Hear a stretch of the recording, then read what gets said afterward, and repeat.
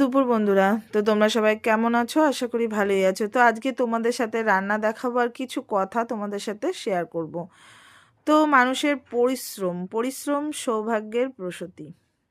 এই কথাটির অর্থ হলো জীবনের যে সাফল্য, সুখ বা সৌভাগ্য আমরা দেখি, তার পেছনে প্রায় সবসময় নির্বঞ্চিত পরিশ্রম লুকিয়ে থাকে। অনেক সময় আমরা কাউকে সফল দেখে বলি,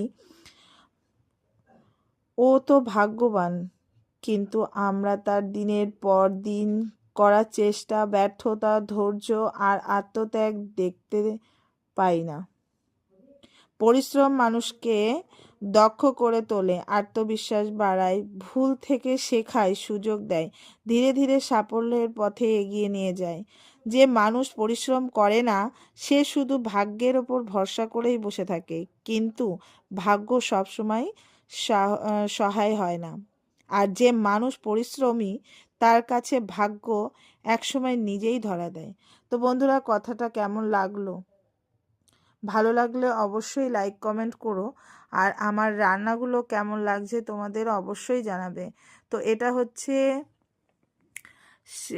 মেথি শাকটা কেমন করে রান্না করছি দেখো। এটা হচ্ছে ছিম, বেগুন, এইসব দিয়ে একটু পেঁয়াজ, লঙ্কা তেলের ওপরে দিয়ে আর কি ওইগুলো ভাজা ভাজা করে তারপরেই হচ্ছে শাকটাকে ভেজে নিলাম। তো দেখো এই যে শাকটাকে তারপরে দিয়ে দিলাম। তো আস্তে আস্তে নাড়ানাড়ি দিয়ে এবার ঢাকা দিয়ে দেবো। ঢাকা দিয়ে দিলে পরে আস্তে করে মজে যাবে।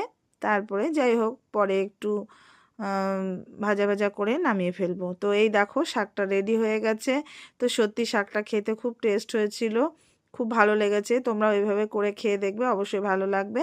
আর ভাতও হয়ে গেছে। আর এই দেখো এইদিকে হচ্ছে আলু ভাজা বসিয়েছি। তো দেখে বুঝতেই পারছো যে আলুটার সাইজ দেখে যে এটা কি রান্না হবে।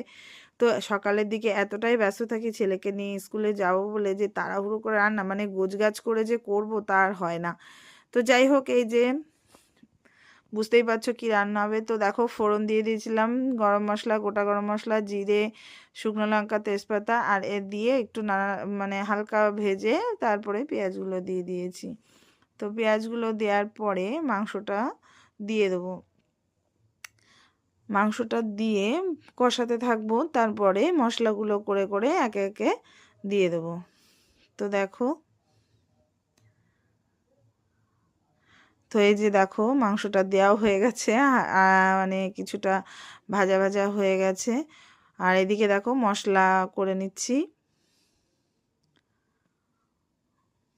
একদিকে রান্না হচ্ছে, একদিকে